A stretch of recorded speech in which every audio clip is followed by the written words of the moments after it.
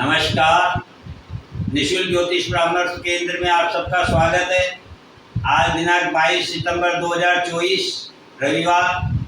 जैसे कि हमारी चर्चा 30 मार्च 2025 को ब्रह्मांड में होने वाले गोचर प्रभाव पर चल रही है। हम निरंतर गति से इसको कई तरीके से इसके प्रभाव को समझने का प्रयत्न कर रहे हैं। आज मैं आपको एक ऐसे विषय पर बताने जा रहा हूँ जिससे आप काफ़ी लाभान्वित होंगे और सही सदुपयोग कर पाएंगे। तो ऊर्जा, ये जितना भी ब्रह्मांड है इसमें मात्र एक चीज उपस्थित है और वह है ऊर्जा। हमारा जो जीवन है यह ऊर्जा के कारण ही संचालित है। जिस समय हमारी बॉडी से ऊर्जा खत्म हो जाती है, समाप्त हो जाती है, उस समय हमारा शरीर शिथिल पड़ जाता है, ठंडा हो जाता है और उसे पदार्थ कहते हैं। जैसे ही ऊर्जा खत्म होती है वह ऊर्जा कहीं समाप्त नहीं हुई है, वह पदार्थ के रूप में परिवर्तित हो गई है। और जब आपका अंतिम संस्कार किया जाता है तो आप अग्नि के द्वारा आपके शरीर को वायु में प्रवाहित कर दिया जाता है। आप धुओं के माध्यम से, वायु के माध्यम से भूमंडल में संचरण करते हैं। इस प्रकार से ये ऊर्जा अब वायु के रूप में है, जो अदृश्य है, दिखती नहीं है, लेकिन आप हैं।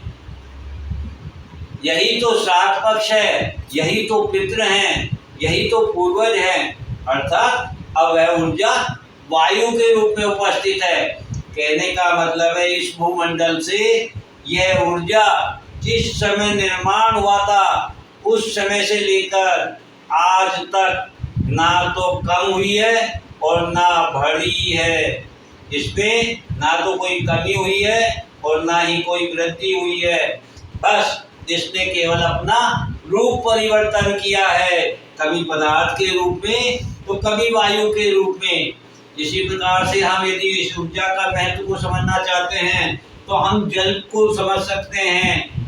क्योंकि हमारा शरीर भी 80% जल से ही बना हुआ है और जल की गति को हम देखें तो जल में ऊर्जा है। क्योंकि आपको पता है पानी से बिजली बनाई जाती है, अर्थात उसमें ऊर्जा विद्यमान है, इसीलिए वह निरंतर गति करता है किंतु हमें दिखती नहीं है। वही जल जब शीतल स्थान पर ले जाया जाता है, ठंडे स्थान पर ले जाया जाता है तो वह बर्फ का रूप धारण कर लेता है और ये बर्फ ही पदार्थ कहलाती है। अर्थात जल अब ठोस रूप में आ गई है, स्थिर हो गई है तो वह पदार्थ का रूप धारण कर लेती है। और जब इस बर्फ को अग्नि पर जलाया जाता है, गर्म किया जाता है तो ये वाष्प का रूप धारण कर लेती है और वायु में सम्मिलित हो जाती है। अर्थात अब ये अदृश्य हो जाता है जल।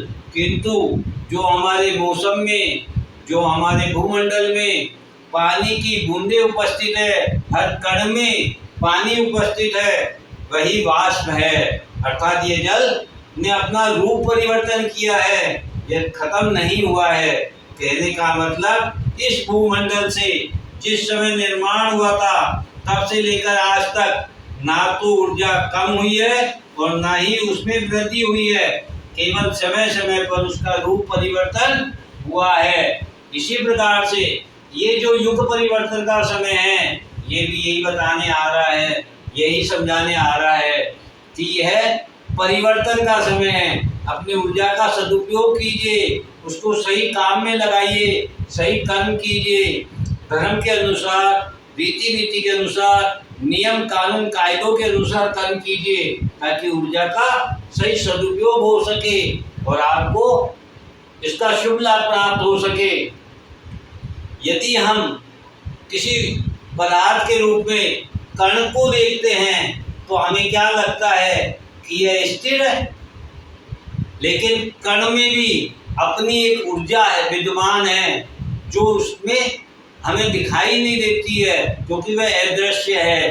कण के अंदर यदि अणु हैं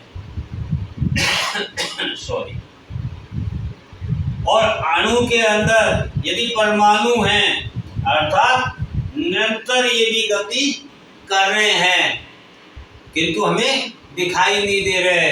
इस प्रकार से हर कण में, भूमंडल के हर कण में, हर जल की बूंद में, हर मानव में, हर जीव में, हर जगह ऊर्जा विद्यमान है।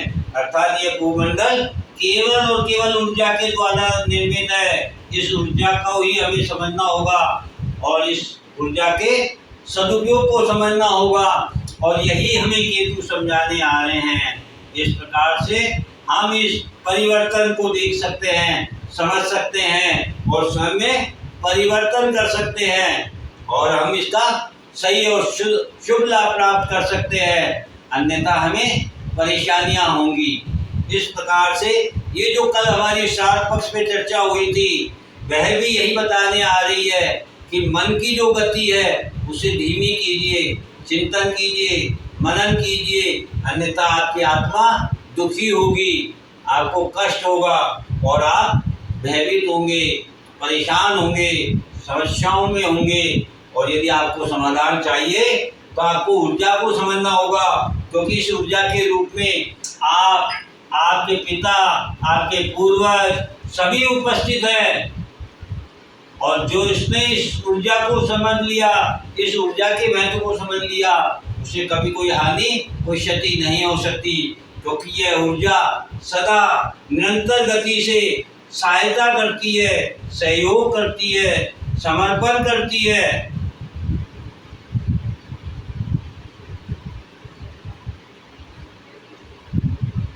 परार्थ का कार्य करती है, ये स्वार्थ से परे है, और हम अपने जिस जीवन में आगे बढ़ रहे हैं, वृद्धि कर रहे हैं, वह स्वार्थ के अधीन है, और इसीलिए स्वार्थ के कारण हमारी ऊर्जा का सही सदुपयोग नहीं हो पा रहा है और हमें कष्ट होने वाला है। ये गोचर यही बता रहा है। यदि हम अपना स्वार्थ छोड़कर अपनी ऊर्जा को सही सदुपयोग करेंगे तो हमें इस परिवर्तन का शुभ लाभ प्राप्त होगा।